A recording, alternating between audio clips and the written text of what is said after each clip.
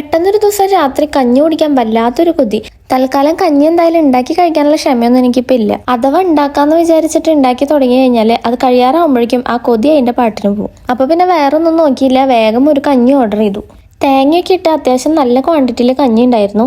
അതിൻ്റെ കൂടെ 2-3 തരം ഉപ്പേരികളും ചമ്മന്തി അച്ചാറൊക്കെ ഉണ്ടായിരുന്നു.